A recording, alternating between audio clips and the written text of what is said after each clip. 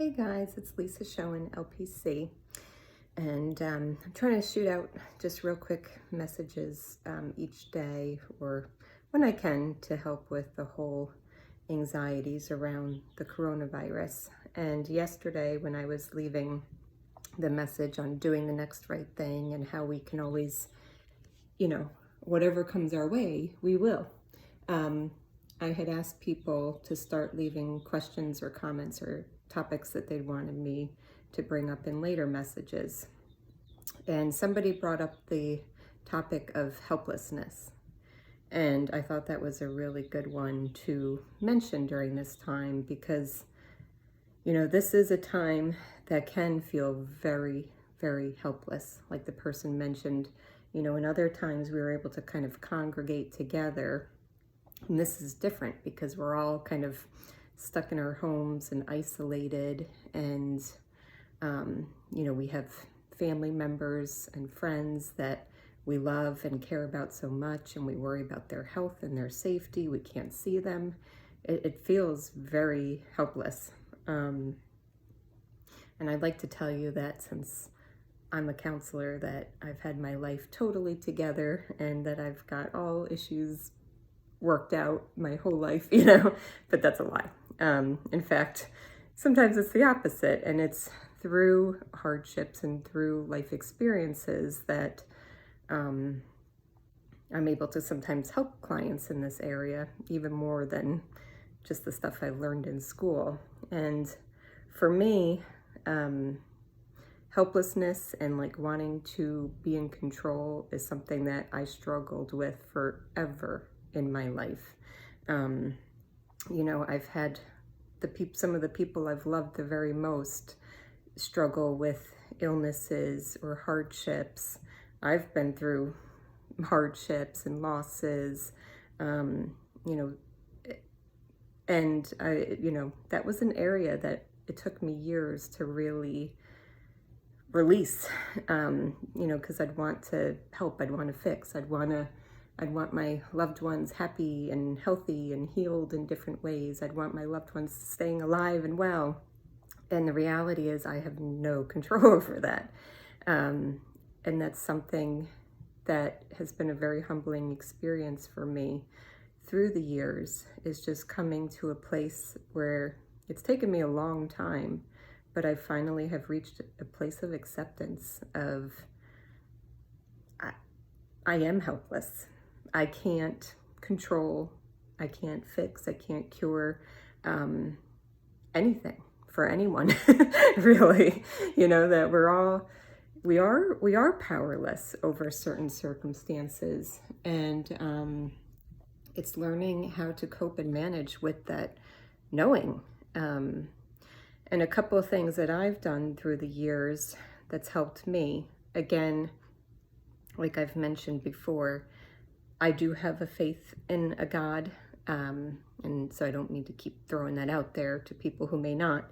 But if you can just reshift it to God or a higher power or the universe or whatever you want to label that as.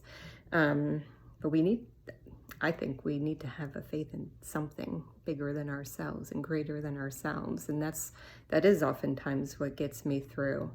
But one thing I've done is to help me just get to a place of surrender is just sometimes I'll envision my friends, my family, my loved ones, almost like I'm wrapping them up in a nice, secure blanket.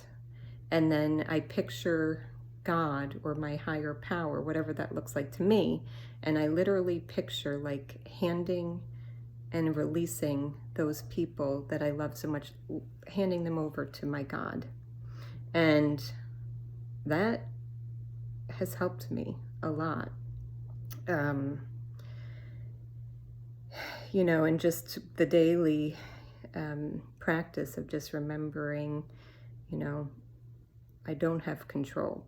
But what you can do when you feel helpless too is focus on, I can't cure and fix and solve all these problems, but what is in the means of my control today? Like in this case with the whole coronavirus, if you live close to an elderly person who really shouldn't be going out, maybe you could say, hey, I'm going to the grocery store. Can I pick something up for you?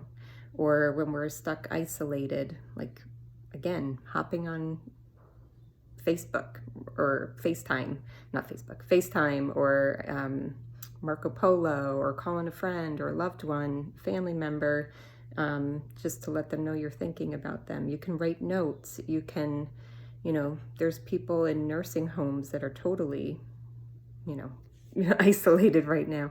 Writing a letter to them, thinking about what can I do throughout my day to help me feel a little bit less helpless in this situation. Another thing that's really helped me, again, it goes back to the whole higher power thing, but I can't take credit for this one. I learned it from another really good therapist, but she had told me about this angel egg. And what you do is I encourage everyone to do it, because when I did it myself, it like really put things in perspective. But you draw an egg, and within the egg, you make like these little bubbles. And what you do is you start from birth all the way up to now, and you think about during life, especially in the hardest parts and the hardest moments, who did God or your higher power send into your life to be angels in your life? Like people who impacted you or loved you or supported you, or who were there during the hardest moments. It can even be songs or podcasts or resources or books, maybe even this, like just little things that if you start to really look every day for what is my higher power, how are they helping me, because hard times will happen, bad things can happen. But when I did that, like, it really resonated for me how I have never been alone. I've been through hard things in my life. But especially during the hardest things, I have never been alone. And I've had people and things and resources to get me through. And again, it just goes back into that confidence of, I can't control outcomes. I can't control people. I can't control health. I can't control anything, but I can know that whatever comes my way, I've got my higher power, my God, to get me through. And I have that trust in looking at my whole life in hindsight of all the things, all the hard times, things that have gotten me through that will get me through again. And our loved ones have that too, if they choose to look and see and practice. So anyway, this has turned long. I'm trying to keep these short, but I hope that helps. And yeah, stepping into the helplessness feeling and just kind of looking at what can I do today to control what I can. But stay healthy and well. Bye, guys.